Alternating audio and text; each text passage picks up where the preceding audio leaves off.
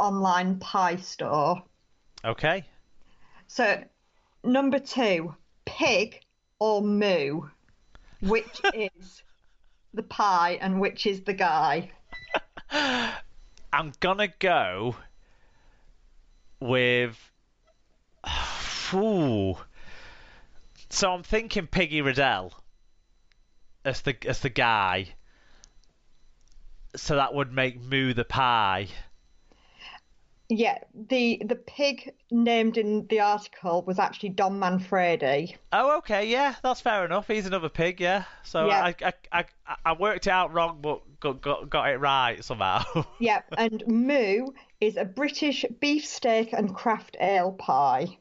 Yes, and I think Facebook advert spam has been trying to sell me the moo pie for a while, so that also resonated a bit with me that I might have seen that advertised on the internet. Nice.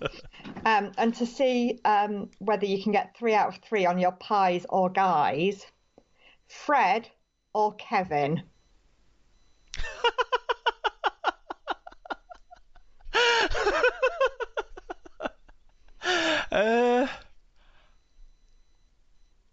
I am struggling. This is going to be a shot in the dark. I can't imagine why any pie is called Kevin, but similarly, it doesn't sound like a nickname for a person either. So I'd like to say Freddy's both, but I know that I can't do that. So I'm going to guess that Fred is Freddie O'Carroll, the former Wigan and Hull forward who's now the coach at Newcastle. Therefore, Fred is the guy, and for some unbelievably inexplicable reason, Kevin is the pie. You are correct, although it's Eamon O'Carroll, not Freddie O'Carroll. Yeah, but that was his nickname. Yeah, but I was just clarifying that for, the listeners. Oh, well, okay, good point. A Kevin pie is a chestnut, mushroom, tomato and quinoa pie with baby onions and thyme. I am definitely not queuing up for a Kevin pie. It'll be Al's cup of tea, won't it? It is much more up Al Street, isn't it? Yeah. We'll have to get Al to try out the Kevin pie and let us know what Kev's crust tastes like. That was amazing. It was. I was very impressed with him. He sat and worked that out. And also, I thought, to add to the amusement, the fact that you've been sampling pies during lockdown. Yeah, exactly. I like pies. They're nice, aren't they? That's all I've got there, really. Any other business, Sarah? What about recommendations? Any pies to recommend? Not the Kevin. Sounds gross. To be honest, no, I've not eaten many pies. Recently, I've had a couple during lockdown, but they've only really been Tesco pies, so nothing really to shout about.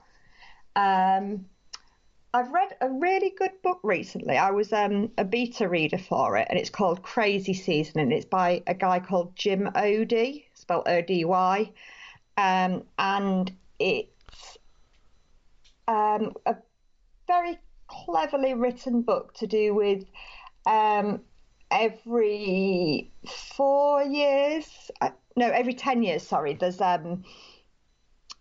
a group of teenagers commit suicide, which obviously isn't very nice. Ooh, no. But this journalist gets contacted by an anonymous email, sort of with a little bit of information about it to set him off investigating it. But yeah, I really enjoyed that. Fiction, I'm assuming. Fiction, yeah. Right, okay, cool. Right. I am still kind of... My life at the moment, basically, is a bit clouded by being busy at work and being busy trying to figure out what I think is going to happen next in Line of Duty. So... Peter and I today started season 1, episode 1 of Line of Duty. Oh, it's hard to. It's very hard to not just completely binge once you've got through the first couple of episodes, and certainly once you get to series 3, you'll barely breathe again until you've got to where we're up to at the end of series 6 now on the current series. But but one thing I did want to give a bit of a shout out mention to actually is a good friend of the show. He did a show with us last year, Sarah, David Pye. I think I probably briefly mentioned he's got a new podcast, podcast / YouTube show called the Dockhouse Rugby Show. It's a St Helens based thing, but because David likes to pretend that he's not a fan of St Helens, they do talk about the wider game as well, of course, so David can keep up those appearances. But actually, recently they did an interview with former referee Ian Smith. Oh, yeah. And so it's an extended show. They're very good at doing what we're not very good at, Sarah, which is keeping their show short. But that show was one of their longer episodes, about an hour or so. Really good chat though. Ian Smith's really interesting anyway on Twitter and when he's been interviewed on other shows before. But this one's a good interview. So I would suggest people go and check that out.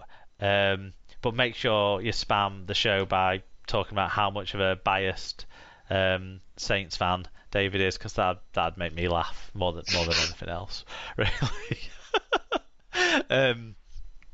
But yeah, that is what I will mention. Do you know what I did as well this week? Actually, go and have food outside of my house, but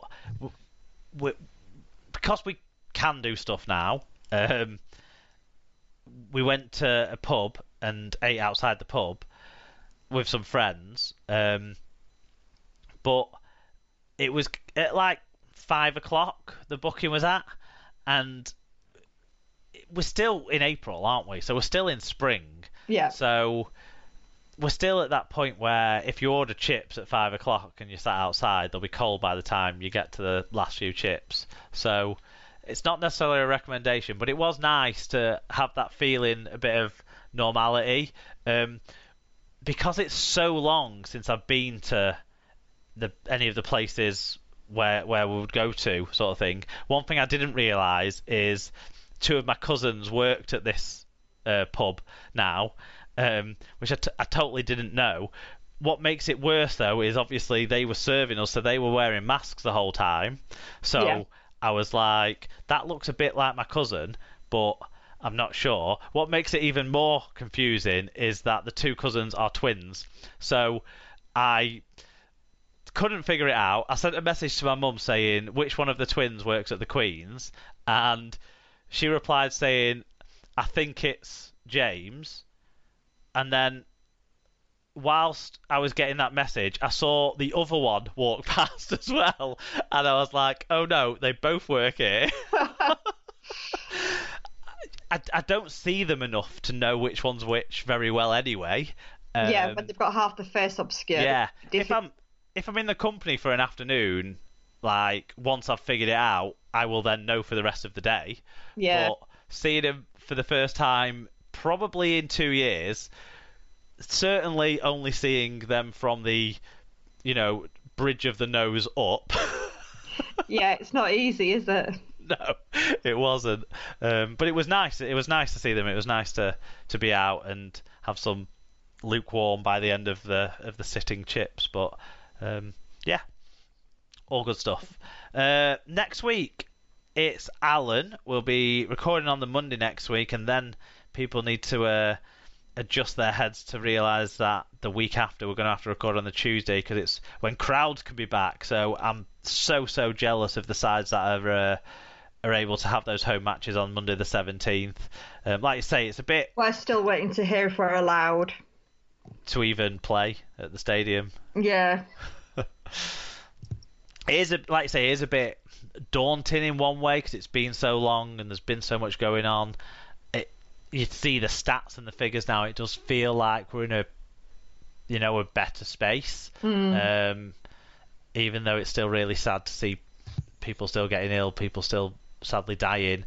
But it does feel a bit more promising, doesn't it? You've had your vaccine. Yeah, I had my second one, so by the 10th of May I should be as fully vaccinated as she can be. Yeah, so that's really good. I'm really excited about that. Which is good. I'm getting regular tests at work, so that should mean that I'll be okay. Well, I'll have a test to prove that I've had a test when I'm allowed to go to a game. But Wigan haven't got a home game for ages, and I guess you guys are quite similar with like the football stadium situation. Yeah, if we don't manage to get the one on the 17th of May, then it's I think July practically before we. I don't think you can have that one on the 17th of May because you've been picked for the Sky game for the Friday, haven't you? And Sky have already said that Warrington's game will be shown on the Monday night now. So I think it's out of the window for. I'm pretty sure it's Leeds Hull that Friday. I think. You mean the Friday at the end of that week? I thought it was the Friday at the start of that week. Have I got this wrong? Well, the match that we could potentially move is against Catalans.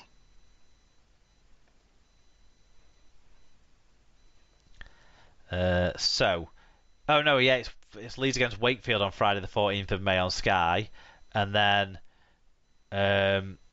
you're right. There's no Hull fixture that week yet in the calendar, so. That's weird. We'll find out next week, I hope, because we'll have to predict it. Come on, Sky, sort yourself out. I suppose we've got 2 weeks, haven't we? Because we've got the Challenge Cup in between. Of course, It's a Wigan Hull double header, isn't it? Really? It is, yeah. Okay. Well, we'll get through that and then see where we're at. Yeah. But to all those lucky people on the 17th in 2 weeks' time that'll get to go to a game, Castleford fans, Leigh fans, Saints fans, Warrington fans. Obviously do so safely and make sure you're confident and comfortable with it, but I'm so jealous at the same time. Yeah, definitely. More to come on that front. Do you want to remind people where they can get in touch with us and that sort of stuff, Sarah? Yep, so you can find us at Super League Pod on Twitter and Instagram, on Facebook at Super League Pod, superleaguepod@gmail.com if you want to send us something longer. We've got our superleaguepod.com website. You can search for the show on Spreaker, Apple Podcasts, Google Podcasts, Podcast Addict, Stitcher, Spotify, Overcast, or anywhere you normally find your podcast. And we're on YouTube too, audio only. Excellent stuff. Shout out to our friends, Rob's Toy Shop, SLP discount. Enter that at checkout on Rob's Toy Shop on eBay and get 5% cash back on orders over £5 plus give 1% cash back to SLP. Little Warden, vital alerts for hidden issues. Head to littlewarden.com to see what they can do for you. And do get behind Little Warden because Little Warden have been one of the people affected by the Toronto Wolfpack's shoddy approach to Rugby League creditors. And Sarah's bookcase. Sarah sells Usborne books with access to over 3,000 titles from baby to young adults. There's something for everyone. Find out more on Facebook or on Twitter. I think that's it, isn't it? I think so. Yep.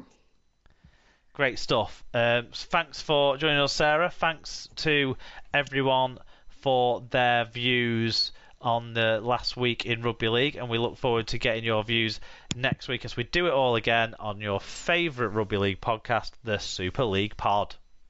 Bye.